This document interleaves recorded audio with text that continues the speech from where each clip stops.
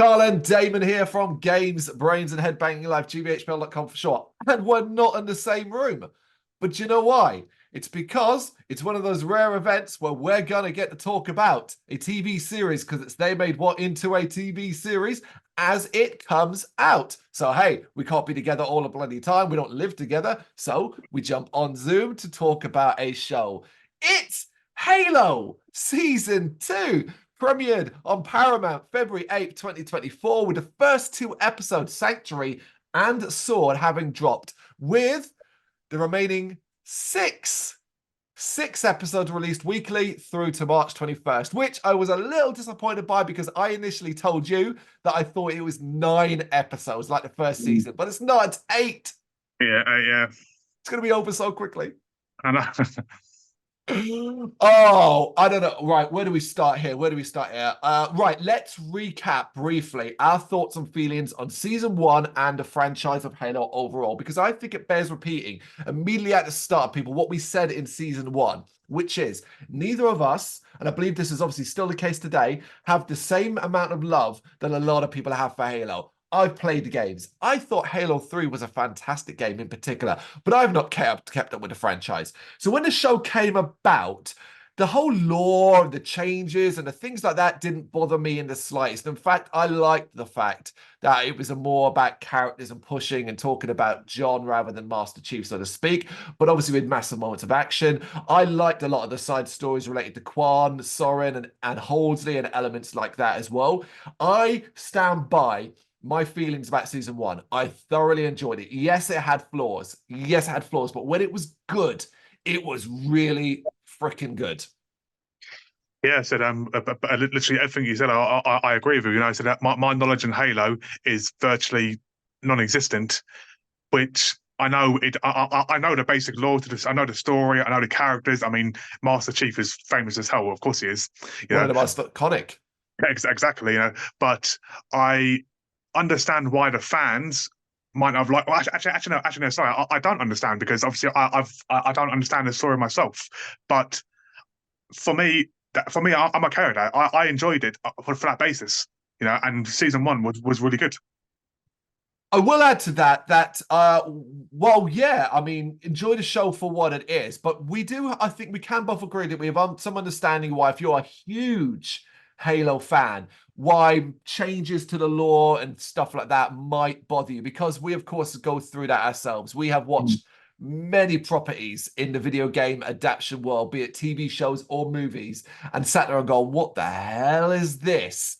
So I think we do completely understand that. Yeah, of course. Absolutely. But I was super stoked to start this. I kept checking. I never do this. I kept checking Paramount all the way leading up to Thursday. I was at work Wednesday night into Thursday morning, so crossing over midnight. It hit midnight, went past it, and I was like, where is it? Where is it? And I was still too early at that stage. And then I realized, oh shit, I'm really excited to see this. That's so cool.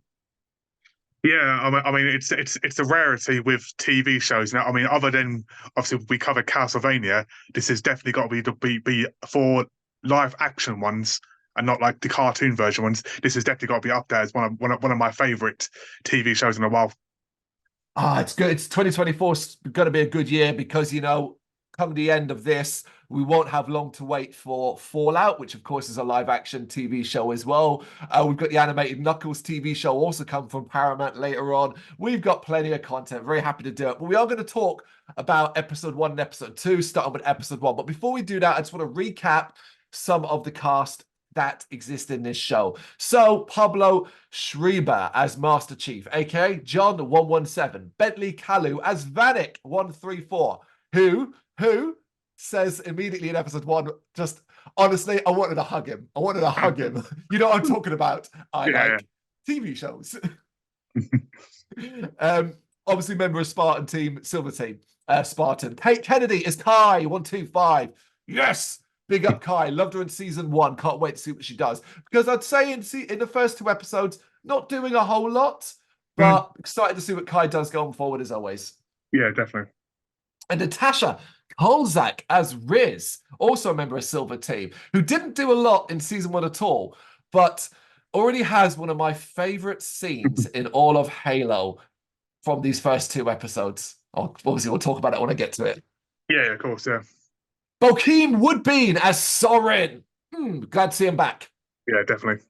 Natasha Melhone as Dr. Catherine Elizabeth Halsey. Wasn't too sure what they were going to do with Halsey here, but they brought her back in a cool way. Shabana Azmi as ex-Admiral Margaret Parangoski. Talk about that in a little bit. Yeren Ha as Kwan. Now, there's a line said at the beginning, early on in episode 1, that made me go, wait, what? And I thought, oh shit, have they just removed her? Because her character was one of the more disliked of the season 1 from a larger fan base. I had no issue with her. Some of her sequences, while felt a bit cut and copy and paste, some of the stuff that happened on Madrigal, you know what I'm talking about. The big end of the big bad guy and stuff like that was fantastic. But she is in this as well. Spoilers. Sorry, but mentioning this cast member, because I saw it and I didn't think much of her. I just presumed it was listed. The character and actor was listed because they had been in season 1. But Charlie Murphy as Mackie. Danny Sapini as Captain Jacob Keyes. Fiona O'Shaughnessy as Liara, Soren's wife, and Tylen Bailey as Kessler, Soren's son.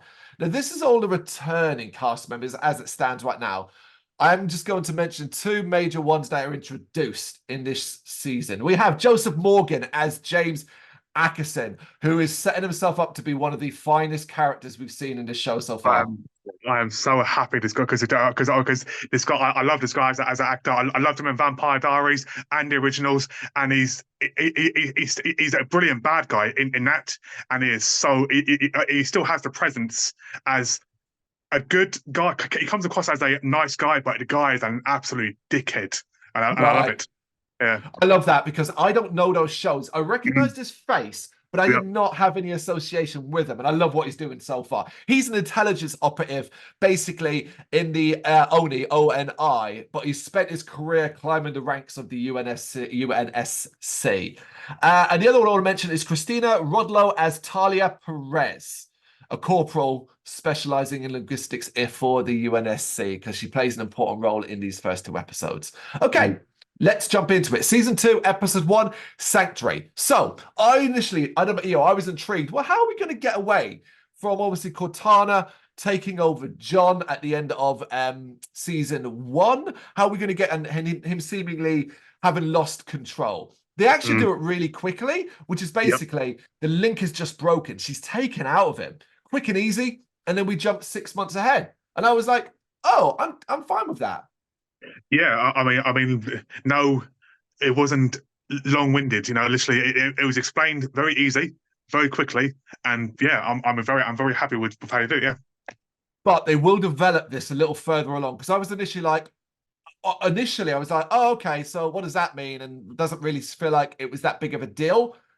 They will come back to that, and I will be like, and I was quite stunned by it. Okay. The Covenant have continued to attack planets and glass them, and Silver Team are assisting in an evacuation of Sanctuary, one that isn't going well as the people aren't so willing to go. But we get that mistrust of the UNSC as well here from the people. Just to remind you that the UNSC, are they really the good guys? Yeah. But people probably should, because the Covenant are here. Something Chief discovers when he goes to get a missing unit. We enter, I say, almost horror movie elements here with Bravo Team. Yeah, definitely. I also want to note that the banter between Silver Team has grown substantially here. Vanek has now removed his chip as well, so there's some good conversations between them. Guess what? They're more human. But except for Chief, who I thought almost felt like he regressed a bit. He was very much like Chief. Yeah, yeah, definitely. I mean, I love the fact that they're talking about TV shows, and he loves nature and peacefulness, and she's taking a piss out of him. But you're some bloody big strong geezer, and you're talking about fucking nature programs and shit. It's adorable. Yeah, no. So, the members of the UNSC unit Bravo get picked off by the Covenant, and Chief gets involved in a fight, including Saber and Corporal Perez here. I love this. And what I realized in the second watch, the note watch, is the reason why I love it is because this is not a fight with cuts.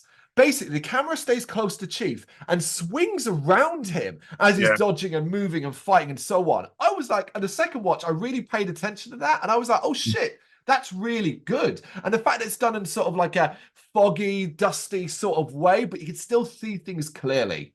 Yeah, yeah, no, it's a very, very intense fight. Yeah. Love it, love it, love it. More elites though, a lot turn up. That shot of them just lighting up and the loads of them, and I was like, oh shit, like where are we going from here? Presumably, oh, they're just going to be saved by the rest of the Silver Team. That's what I thought. I thought, okay, well, here comes the rest of the Silver Team. They're all going to come in from behind and keep the shit out of them. That's Yeah, what I thought. but that's not the case. As seemingly hearing something, they stop. The elites just stop and then leave. Although that probably could because they're told, get out, the glassing is about to start. And Mm. John thinks he sees Maquis or some figure in the distance. Now, I did initially think, well, that's just a vision. Obviously, that's a vision because John's connection with the Halo ring and the Maquis and so on. Yep, same for me. And then the glassing starts. Oh my God. And you know what? The fact that they use practical explosions, they could have Mm. CGI'd the shit out of this. They Yep. do obviously in certain parts because, you know, you can only do so much. But Yeah, the of course. explosions and the devastation, I'm like, oh my God, how does anyone survive this? And it felt for the first time that the glassing, the destruction that the Covenant caused actually felt we got it. I understood why it's such a serious event. Mm. Yeah, I mean, it's a planet killer. Literally, they're there to wipe you out, and you can Yeah. see why everyone is so fearful of them. Yeah, because in season one, we only ever saw the aftermath of glassing. Yep. Find your fate, Spartan. I've seen your death. It comes soon. That woman is Mm. brilliant. She's only in it briefly, but she gives intense. She's intense. Yeah, she's obviously got some sort of, I don't know, psychic ability or something like that. Seer Um, stuff. yeah, some sort of thing. But I mean, just the way her and I don't know the elders, I'm going to call them the elders, all walk towards they're basically Yeah. impending death. Yeah. Yeah, absolutely. It's a great opening. It puts us back in the world without resetting things regarding John and the team, but it also shows things have moved forward. So I was quite satisfied. Yeah, definitely. Now, I will tell you that things do slow down a bit here. If you're hoping for a frantic continuation, that's not going to be the case. But personally, I was super invested with what comes. Yeah, I mean, anyone expecting it to be like the last two episodes of season one, every episode, you're dreaming. No TV series can do that 20, literally every episode. There has to be a period where they got to explain the story. And I mean, from what I gathered, there's going to be a lot of different people going different ways and different stories too. There's a lot of different things that happen. So Hmm. We'll get into a little bit more of that. But first, the fallout from the mission and John in the shower. And I was like, wait, where's my butt shot? We had butt in the first season. No, they focus on the shoulders. Let down. I tell you what, I tell you what took me by surprise is the fact that it was like 17 minutes in, and then it was doing the opening credits. I was like, Yeah. oh shit, we're like 18 minutes in, man. Yeah. But yeah, Yeah, because we should say episode one's nearly an hour long. yeah, definitely. But it's clear John isn't okay. He appears to be hearing things. Debriefing led by Keyes, we learned that the outer colonies are basically being wrecked by the Covenant, which, and it's here, Madrigal has been glassed. And I was like, oh shit. Mm, Took me by surprise. yeah, It's almost told in such a cold, matter-of-fact way. yep. Yeah, literally. So naturally, when I heard that, I thought, well, I knew that Key wasn't going to be killed, but it's like Quan. I was like, Key Kwan, but I'm terrible with names apart from people, but but I knew that she wasn't going to be killed. Yeah. Yeah, Because she was but with obviously, Soren. She was with Soren, weren't she? but it's still a shock, the fact that we basically spent half of season one in that sort of settlement. Agreed, agreed. John is concerned though, and I was initially like, "Oh yeah, why? Because Covenant and all that kind of thing." But no, he actually does explain something that made me go, "Huh, he's got a Mm. point." Why would the Covenant bother to invade Sanctuary if they were just going to glass it? Like, why bother doing any of that if you just go into glass it? Mhm. He's got it is a good. It is good. A newcomer arrives, though, introducing himself as James Ackerson, the replacement of Dr. Halsey as the director of the Spartan program. His role, obviously, gets Silver Team's back up, but he talks a big game about believing in them. It seems, though, as Silver Team basically have been neutered recently, not being given combat, not cleared for missions because of the shit that's been going on. However, the way he talks, he comes across very corporate, but he also comes across very supportive. Yeah, as I said, it's obviously Joseph Morgan. He comes across the same way he's coming every. I mean, everything I've seen him in, he comes across as like he seems like a really nice guy, but you know that he's not. You can tell that he's a backstabbing corporate dickhead, basically. Yeah, I want to talk about him a little further on, about a specific thing that I realized. It was quite a shock to me on a personal level. So we'll get to it when we come up, when I'll talk about when we get to it. But for now, let's check in on the rubble, beginning with newcomers being bid on by the different criminal pirate families, including Soren. Basically, you get bid on 2 years of service and then freedom if you survive. That's effectively the deal. One in yeah. particular, Felix. Felix doesn't get chosen, but before he's pulled out, he declares he has something of value. He apparently knows the location of Dr. Halsey, something that gets the attention of Soren, who obviously would really like to get his hands on Halsey. Felix, this character was one of the most distracting characters in the show for me personally, and that's purely because of his accent. Oh my God. It's what is it? It's from England. It's Samwise Jack Gamgee Yeah, accent. yeah, like Sheffield sort of It's a Brummie. northern accent, but Yeah, is it yeah, Midlands? It might be a Midlands accent. It's something yeah. I can't quite replace, but every certain word it'd say. And I was just like, I can always hear someone going, "Those wraiths are out there." Yeah, John, not my not my favorite character. no, but I do, except for one scene. Just for one scene, I'll mention because at first I was like, "What is this guy doing? Is he only here to fill in like backstory for Soren?" But there is a point. Yeah, yeah. John goes to see Ackerson, noting that Perez is in a different room and doesn't seem okay. Of course, she's been through a harrowing experience. I really love scenes like that because it reminds you that this is war, and war where your entire unit gets killed would Hmm. fuck you up. Exactly. John talks to Ackerson and they talk about his report. Ackerson is a man of ambition, a man who has seen combat, a man with a plan. However, he's not convinced by John's concerns about the Covenant, what they could be planning. And John kind of implies that he feels like the Covenant were training for something potentially Mm. bigger, which I thought was a really intriguing thing. Now, we all know where this is going. That's the thing. We know where this is going, but it doesn't stop it being fun building to that event. Hmm. Yeah, it's definitely building up for something big coming up. So And of course, as Atkinson points out, John's past issues make him less convincing. And I was like, I get it. I think John gets it, and I agree. Can you really trust everything John says? no, of course not. I mean, from what we saw here, I mean, the last two episodes of season one, I can understand why they're a bit distrustful Wary. and wary and not going to believe what he says. You know, he could be bloody talking to a wall next. You know, anything. You know, he's been seeing visions and weird stuff.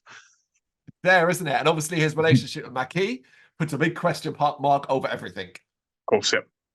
Okay, I'm going to mention it here. So Ackerson is a person I have met in real life.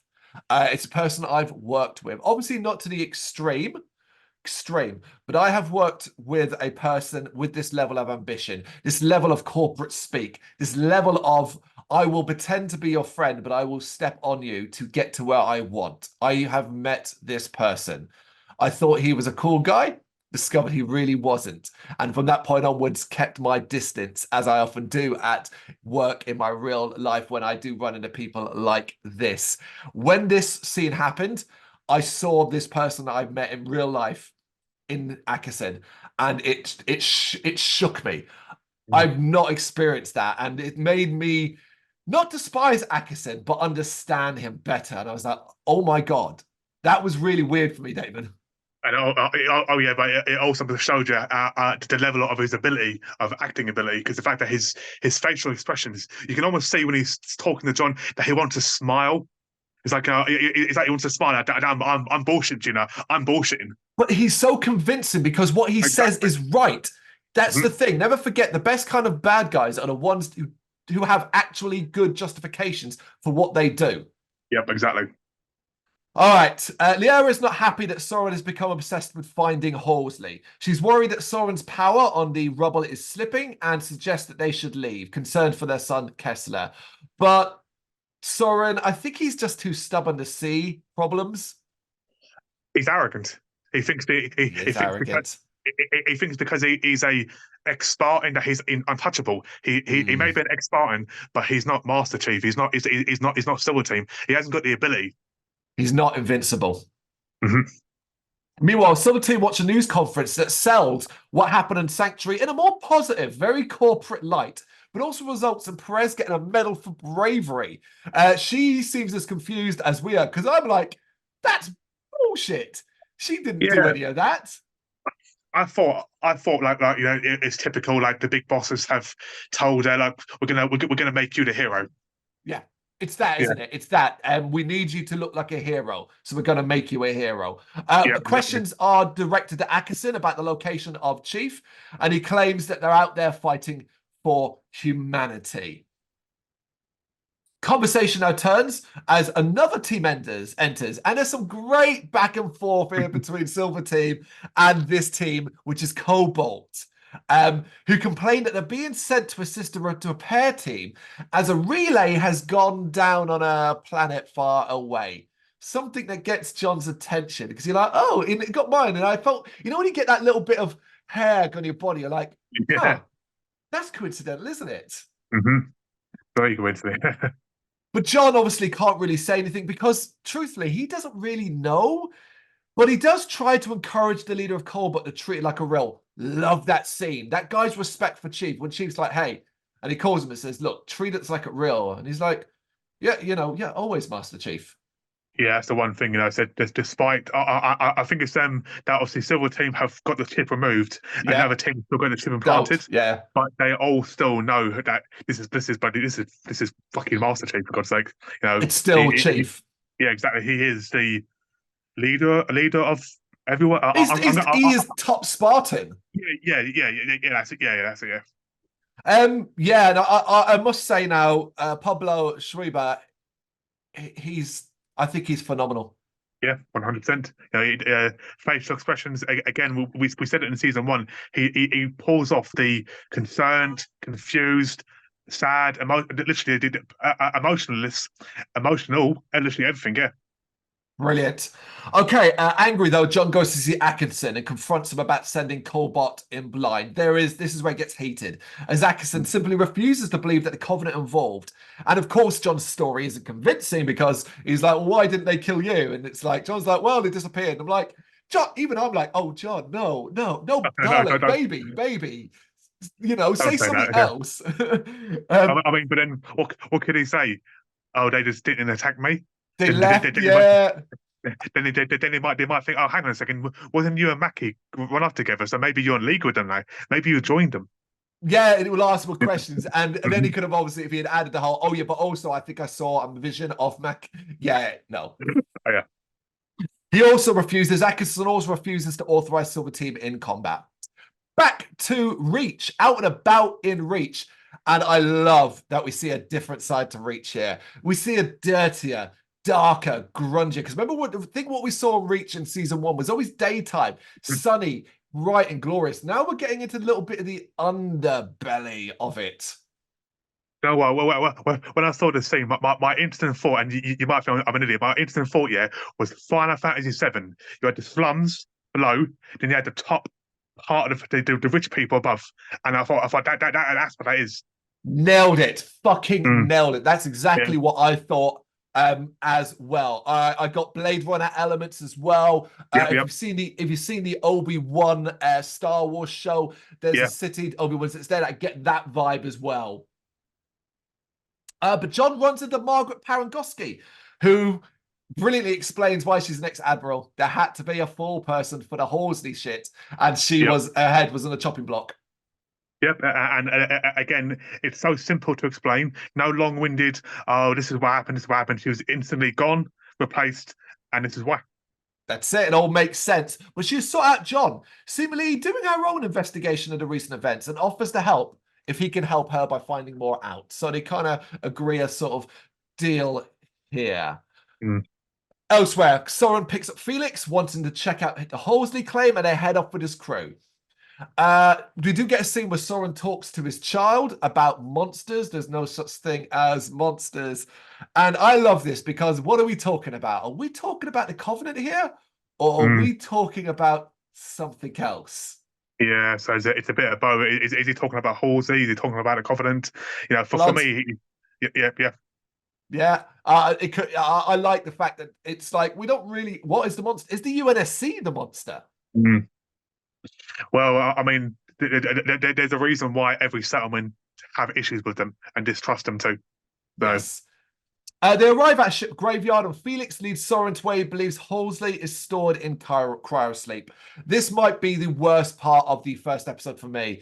It is yeah. very long-winded, and all Felix does is ask questions, a lot of what we already know. And I actually found it quite irritating because I couldn't quite understand why. And admit, even with what happens, I don't think it really makes a lot of sense. But it did feel like this was going on a little bit too long. Yeah, I mean, I love the visual effects. Don't get me wrong, you know, the broken spaceship and all that, and I loved all that. But I mean, I think, as you said, it dragged on for too long, and I think it is pretty obvious that just with the questions that it was so obvious he was a fucking traitor. It's so Yeah. fucking. He literally could have just written on the wall, he's a traitor, and it's just so obvious. Yeah, I will forgive Soren on one thing: obsession with Halsey. Yeah, yeah, that's the only reason why I let him off that because as his wife has said to him that you've gone off the ball. Everyone can see it, and you're now a target because all you care about now is Halsey, then defending your own people. Yep. Agreed. So Soren is arrested. There is a great shot where the troopers light up and step out of the shadows. And I was like, oh, he fucked up royally. Yeah, damn, He's a I stupidly thought he's gonna get killed here. And so that's what I thought. I thought he's going to get a shot or something and blast out into space, or maybe he'll survive. But yeah, obviously I'm glad he's still alive because he's a good character. Yeah, he's arrested while his crew abandon him. And of course, Halsey was never actually there. Finally, back with John as he walks through Reach, arriving at a seedy looking place that, let's be honest, Damon, it's a brothel. I know. That's what I thought. He's going there for his fix. But Yeah, and I'm going to ask you a question because I've watched it twice at the end of this scene to see if you picked up on it and see if it's my imagination. But right now, basically, it's like where you sort of pay to interact with AI. You can customize this AI to your own, what you want them to be what you want them to be. And we see that this is not John's first visit. This is not John's first visit. no, and obviously this AI, it's not Katana, but he's tried to customize her in a way to look like her, which is why she keeps going, oh, do you want me to change my nose? I want to please you. I want to make you happy. You know, so basically he could have asked her to get naked if he wanted to, but obviously he's not interested in that. All he cares about is The having that connection again with. Now, is it the connection with Katana, or is it the fact that he's missing Halsey? No, it's Katana. I think it's Yeah, Katana because he talks yeah. about missing a piece of himself. Mm. I love this scene. It's where I went, oh, they're not abandoning the Katana thing. This is still Yeah, important. yeah, definitely. Loved it. I agree. One of my favorite scenes in all of Hello so far. Things just feel darker, feel Mm. grittier, feel grim. Yeah, definitely. Yes, I mean, every scene is other than in the rich part of the Reach is all dark. Yeah, dark and yeah. Yeah. Did you notice as he's walking out of the brothel down the hallway with the rooms? I think I heard, and I've checked it twice, Perhaps go back and watch it to confirm this for me. Mm. I think I hear the sound of what appears to be someone abusing one of the robots, one of the AI. What sounds like someone shouting and potentially slap sounds. And I thought, yeah, okay, of course, if you've got anger issues, you might go there and it'll utilize this AI for that. I think I can hear that as John's walking out. And it really made this whole much thing darker for me. Yeah, I mean, if that's the case, I'll have to double check that. I'll obviously watch it. But if that's the case, then it shows you how deep and how changed people are in that section, and how 15. It's a abandoned. 15, I should add, Yeah, as yeah, well, yeah, to show. yeah. It's 15. Yeah, exactly. But it also shows you how abandoned they are from the UNSFC. Yep. Yeah, it's just a different world, and I'm all in for it. Yep, definitely. The final scene of John walking and thinking of Maki, the music swelling, seeing Quan talk about an ancient monster, so revealing that she's still alive, Yep. Soren's crew returning and revealing that Soren is dead, the Covenant Armada amassing, and Kessler coming to Quan. It's a great final scene. I was so like, oh, this is so good. I mean, watching all those ships just come out of the clouds it's like, okay, they've got a massive army and they're going to completely destroy the UNFC unless they've got some sort of army or agenda or something, because We there's all something know not right. where this is going. Come on, game Mhm. fans. I know where it's going. Maybe Damon doesn't remember, but I certainly do. But we'll talk about that when we finish episode 2, because let's go straight into episode 2. Sword. Okay, things do slow significantly down here. I think this is probably going to be one of the slowest episodes, Yep. so to speak. But it still does quite a lot, and it's got one of my favorite scenes ever. First, let's check in on Halsey, who seems to be just chilling in a really nice place, being brought lunch by a young girl. All of Halsey's favorite things, including a tree from her childhood. Seems so nice. But we Yep. quickly establish she's captive, as the girl is a clone, designed basically, seemingly to die, as Halsey asks questions. Halsey continues to push, trying to find out where she is and who has her captive. And as she pushes her, this poor girl clone dies. It's one of those short-lived ones that basically nosebleed, and there is something really satisfying about the thud when her head just goes whoosh Bang. into the table. Yep. Good Yeah. scene. I must admit, the first couple, really? Is that what she's doing? So she's basically just fucked up reach, left, and now she's just having a nice, relaxing time in our home. And then obviously, when the questions start, I thought, okay, then that makes sense. So She's a she's, prisoner, she's a prisoner. Yeah. indeed. And then we cut to a character I never really thought we'd get much focus on, but my God, am I glad we do. It's Riz. As we Mm, see the damage done to her body through the events of season 1, yep. and the fact that she seems to be suffering constant pain. Yeah. It's that's a brilliant scene. The fact that when it might have already been covered, obviously, but obviously because she's had her chip removed, she can feel pain. Yeah, She, she's she knows feeling it a lot more. yeah. Yeah, because obviously Kai, who's concerned when Riz brushes her off, suggests like, look, maybe if you put the chip back in, the pain would be less. And Mm. yeah, Riz is like, yeah, you're gonna have to shoot me first. Meanwhile, while looking over a board that details what teams are doing, Kai speaks to John and he confides in her about seeing Maki. The conversation ends, though. It doesn't go any further when the status of Cobalt is changed to standby, suggesting Mm. that they're back and ready to go. And John's like, no, buddy, they're not back. What are you Hmm. doing? Now, I love this scene because it immediately sets up the next steps, but also, how old-fashioned is this? Yep. Like, really? Like, you just pull bits out and put them up. It's like airplane, They've got all these space weapons and bloody Spartans who can fly with jetpacks, and you got some poor geezer who's got to fucking carry these boards and manually change them. change them. Oh no! I felt so sorry for him as well, as he's being grilled by Chief, and he's just like, I just changed the board. It's not, I know I it's don't it's make it's, this. it's my job. It's like I don't care. Don't change it. Change it back. On Yeah. rubble, Quan is out and about. Now, I don't think the show does a great job of explaining this, but I picked up that basically Soren was hiding and protecting Quan and feeding her and so on. maybe even against his wife's knowledge as well. Yeah. So she's had to go out and basically forage for herself. But she does have a tracker in her ear, so she does have an owner, which is a problem. Now, I do think the show does a terrible job of really explaining this part. Yeah, I mean, I was confused there. I was like, why has she got a tracker? You know, it didn't make any sense to me. I mean, I can understand why she's there and why Soren's protecting her, because obviously he made the promise to Master Chief, and obviously he's gonna abide by that. You know, that he still has the code of his friendship and team. But yeah, there's no explanation of why she's being tracked, why she's got to get her own food. Yeah, why she's basically a slave.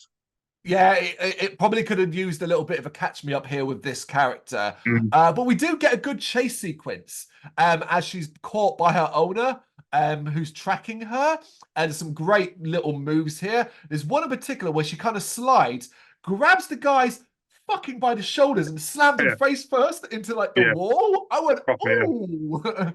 Yeah, I mean, some good scenes, and you know, some people might say because I read online about how is this child doing all these stuff and stuff like that. But then, if they watched season one, you would see that she's clearly had the training, she's clearly had the ability, and she met those her Spirit, ancestors. her ancestors. Yep, Yeah, her ancestors. So she has the ability. She was I raised in an agree. environment. Yeah, I agree. But I also tell people 6 months later. exactly. She ends up escaping into disposal, is able to rip the track out of her ear, but pursuers catch up and she has no choice but to kill them.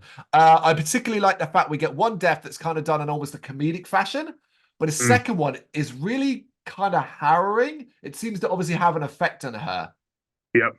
Did you see though when she ripped the tracker out and it fell on the floor and it kept looking at it to see that as part of her ear was still in the tracker? Yeah, shit to rip out her Like, ear, yeah. proper nasty. I like that as well. Meanwhile, Riz continues to push herself, but her pain is noticed by her trainer, a blind ex-Spartan named Lewis. He's someone she seems to trust, and they talk about the pressure of being Spartan. Not my favorite scene yet, but one of my favorite. This character is immense. What an introduction. Love him, and I love how they talk. Talk about make these people human. Yeah, I mean, I also like the fact that that if you have a defect like a Spartan, you ain't like instantly bang, you're dead. Yeah. Yeah, But so yeah. But we say that, but his talk about the pressures of being Spartan and losing his Mhm. sight, all that, man. Good God, what an incredible scene. Indeed, I would like to think we're going to get a bit more from him, hopefully. Mm, well, I think we will. I think we Hmm. will. John has confronted Ackerson about Colbert, but Ackerson is letting his mask slip. He reveals that Perez has denied John's version of events. Now, that's intriguing. Obviously, John's pretty shocked by this, accuses her of lying, but Ackerson is steadfast and refuses to let Silver Team off the leash, while also pointing out in wonderfully villainous way, people need Master Chief, but at the end of the day, it's just a guy in a suit. And I went, I nailed it! It's brilliant. It's brilliant. Yeah, yeah, It brilliant. is because people don't really know what John looks like. Hmm. So basically, what's he saying? He's saying basically that we can kill you and just put someone else in the suit. It's replaceable, I think, is what Yeah, he's saying. yeah. Upset by events, Quan is hurtful to Kessler, whereas Liara confronts Soren's crew and the fact that they seem to be making excuses about not going back for Soren. Now, obviously, we are fully aware that they abandoned him, but they're not quite revealing things. But you can tell Liara knows, look, time is up here. Hmm. And she's acutely aware of it. Yeah, yeah. She's not stupid. She quickly figures out that, and I mean, the crew wasn't exactly making it so convincingly that they look like shit. We left them, the It sort of like is. face expressions. Yeah, They're not being so, very convincing at all, are they? no. John pushes Silver Team to train, but Riz is really struggling, and Kaya's not happy about how hard John continues to push her. His excuse that the Covenant are training too, unfortunately, I find is a little flimsy for his behavior. He's kind of ignoring Riz's problems. Yeah, it's that scene there. He's sort of gone back to the John who's got a chip in him again, where he Yeah, hasn't. He's basically he's more worried about why this sergeant's basically is lying or detective, whatever it is. Corporal. Yeah, yeah, definitely. And why she's lying? So he sort of like defaults back to his close self, like yeah, Spartan training in it. yeah. We then see Halsey trying again with a clone, but once again she continues to push and the clone dies. This scene's good because I now get the impression she's done this a lot. hmm Yeah. This has been going on for a very well. I mean, we know it's been 6 months, so has this been going on for 6 months? If it Yeah, has, if it has, man, that's epic punishment. I think so too. Yeah. Um, and then we enter what I think is one of the most phenomenal scenes Mm. in the show to date. Riz is with Lewis. He has taken her to someone who can help her pain, someone who helped him, telling the story of how he went blind. Um, we'll continue that in a bit, but for now, Kai, gone to see Ackerman, reporting to him, accidentally confides, kind of in an accidental way, maybe trusting Ackerman because of his demeanor, about John's past affecting him. But she does at least stop short of saying she's concerned about his mental health. You can tell Ackerman is kind of looking for a proof, like because he's Yeah. corporate. He will need proof to go to his upper, like his bosses, and say, "Look, this is proof that Master Chief is compromised." I mean, all he was missing was like, if you tell me, we'll make you the new Master Chief. I thought it was missing, but no, but she was very chipless Kai was not stupid. She was smart. If she had a chip in, she would have dropped him in it. Of But that way, course, of course, yeah. she's a little bit smarter, but she's also a Mhm. little bit more emotional, which is why I think she reveals things, which is the negative of having the chip removed. Of course. Meanwhile, John is on a mission and he goes to confront Perez, immediately confronting at the door. Obviously, she tries to dismiss him, but her mother comes to the door and is all like, "Oh, this guy, he's UNSC too, and he was with you." And because obviously they can't really say who John is, Mum's Yeah. like, "Come in, come in, come in." And John's like, "All right, sweet. We're gonna get to that dinner table scene. There's a Yeah, it's great." it's funny, yeah. But back to Riz and the scene with the healer. Oh my God. Mhm. Oh my God. I was wondering what the goal of this was, but basically it's about healing. If you've got external scars, they will heal, they will stay, they will do their best. But Riz's internal scars are Let it what's in. causing. Let the pain go. And the scene of her breathing and the shock on her face. It's the first time I guess she's ever experienced this, and the tear Mhm. that rolls down her. I almost cried. I was like, "Oh my God, in this one scene, you were making me care about Riz more than I ever did before." That's the thing, it also shows the proper emotional abuse that he had with his chip, Mhm. and Halsey. The fact that they were so they they were not trained to deal with pain Pain. and the feelings and these emotions Yeah. and to be able to basically like take a deep breath. Never forget how much of a villain Halsey was. Is. Exactly. Never forget. I love this. And you know what? He's only in it briefly, but the healer, it's just great to see someone so kind. hmm Yeah. Yeah, I mean, it beats by for.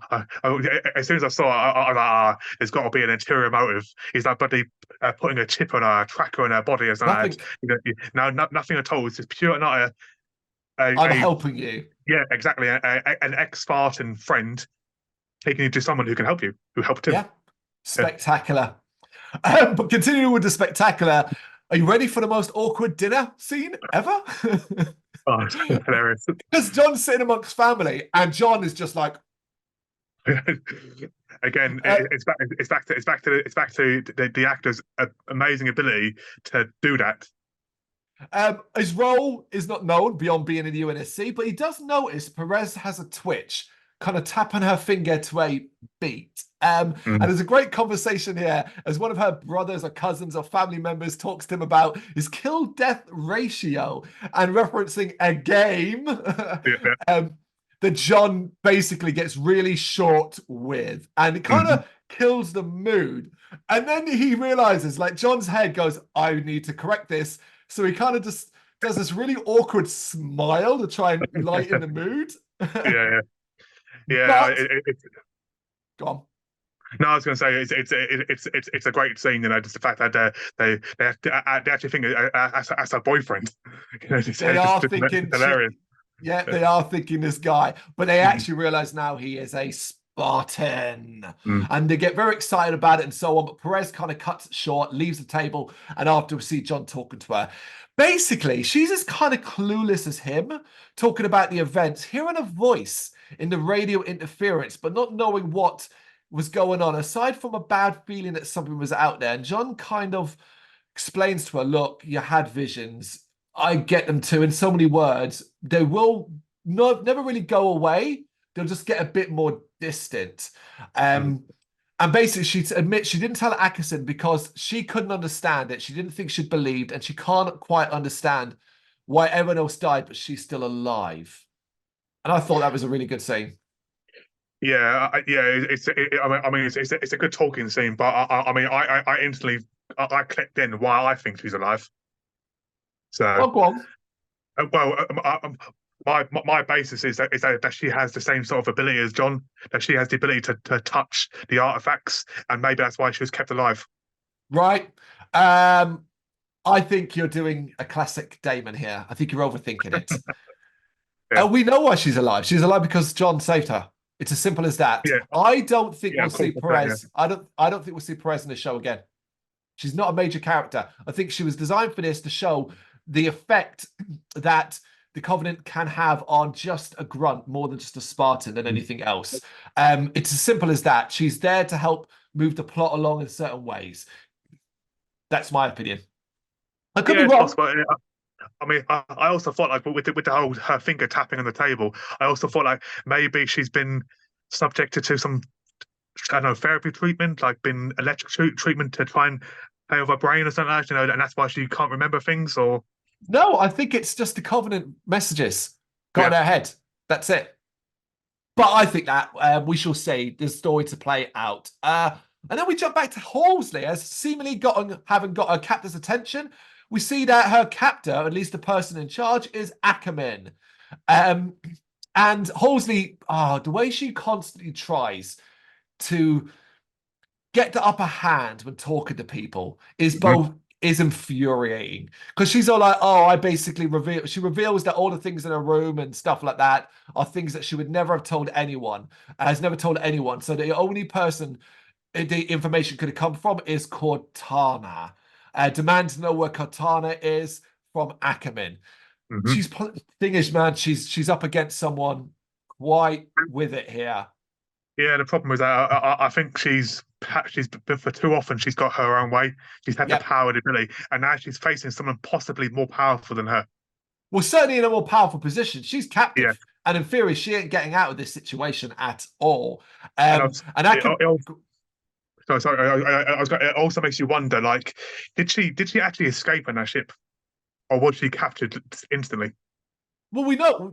Right? Do you not remember? We did see what happened. The ship, the Because she escaped in they the escaped pod, pod, yeah. the And pod, and they went after, yeah. it crashed on Reach. But yeah, sorry, yeah, sorry, but She got picked season up. one She was got like, picked up. yeah, season one was like 2 years ago. Yeah, for sure. But that's how we got here. But Ackerman does say Cortana is secure.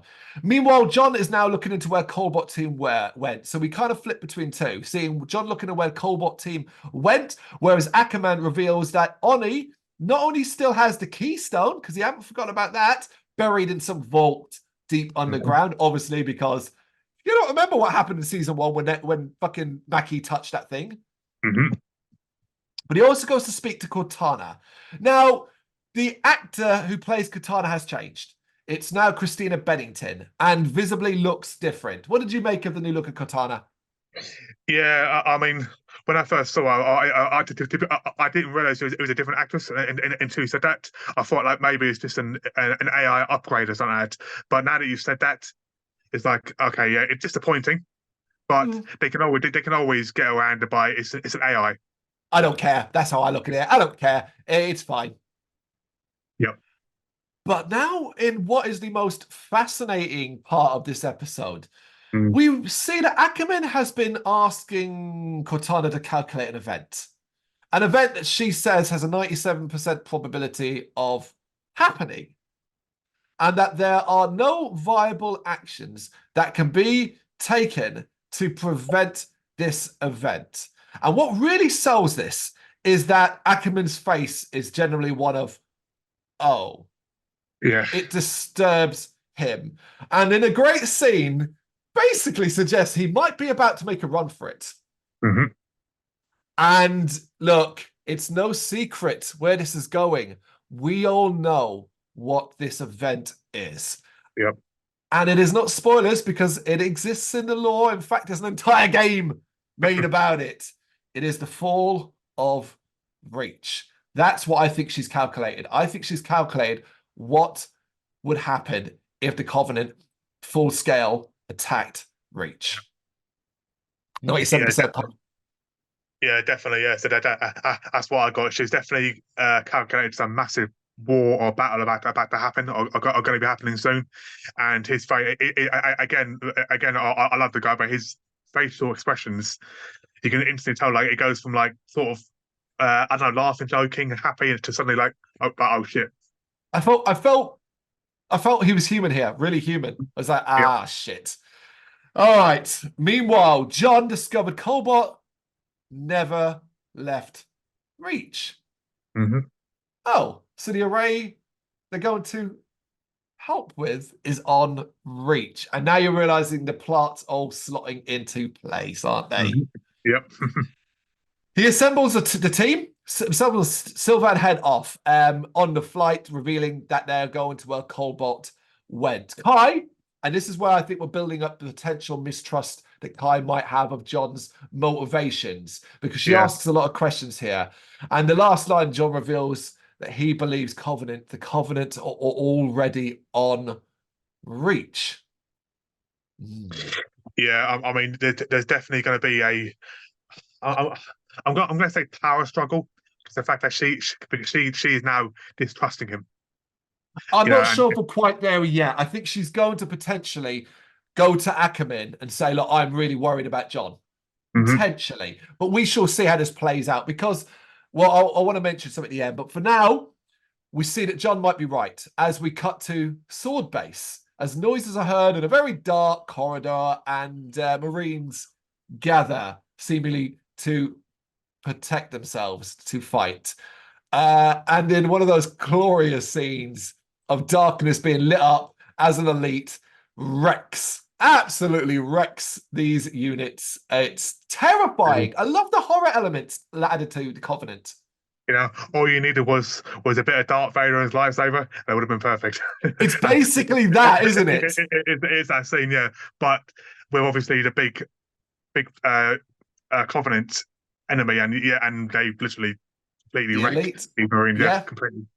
But who is this? And in a what? It's Mackey. Hmm. Somehow still alive. And they reveal they've come for the Keystone, as the last shot of this episode is Mackey reaching out to touch the Keystone. So, this is going to be easily explained. Why couldn't Mackey have survived? Yep. Simple as that. I've got no Got problem with it at all. shot. Nope, no problem at all. I like Nope. the idea as well that it's going to cause so many issues for John, but I reckon McKee's gone completely the other way now and is Yes. full villain. Yeah. I mean, I still think she might have the soft spot for John, Of but course. yeah, and I do wonder if her touching that is going to activate anything in John. That is going to be interesting to see. Yeah, in episode 3. I can't wait. It's both fun and infuriating to do this weekly again, I'll admit, because I'm like, give me the next episode. But I'm also really, really glad that I get to look forward to something again. Look, as a first 2 episodes go, I understand that it may be viewed as slow in places, but all the story and all the stuff that's being laid out for the rest of this season is exciting beyond belief. I loved so many scenes in these 2 first episodes.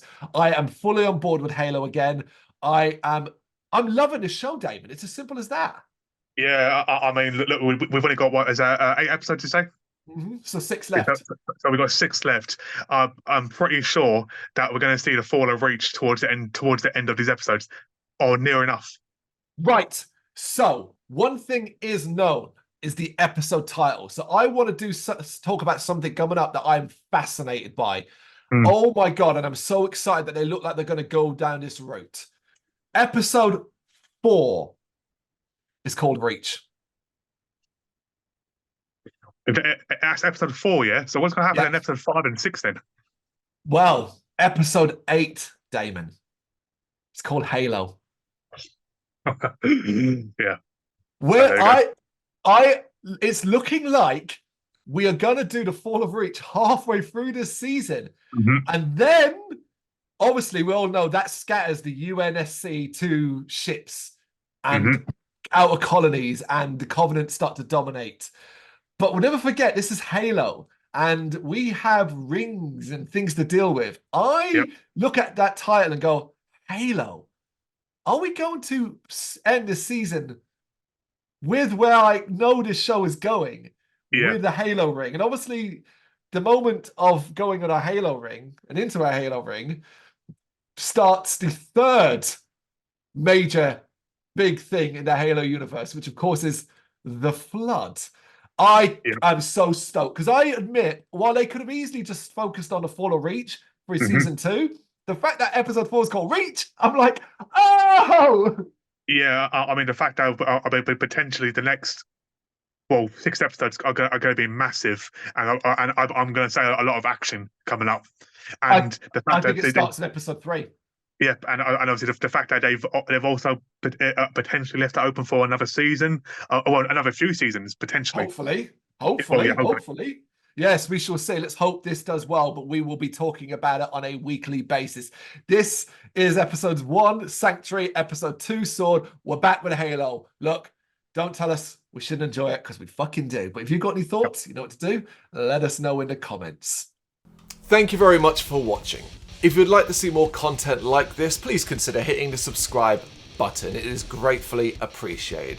You can find us over at gbhbl.com, our full website, where reviews, news, and so much more goes up daily. We're also on all social media platforms: Facebook, Instagram, Twitter, Threads, at gbhbl. Just search for gbhbl and you will find us out there. We also have merchandise on sale.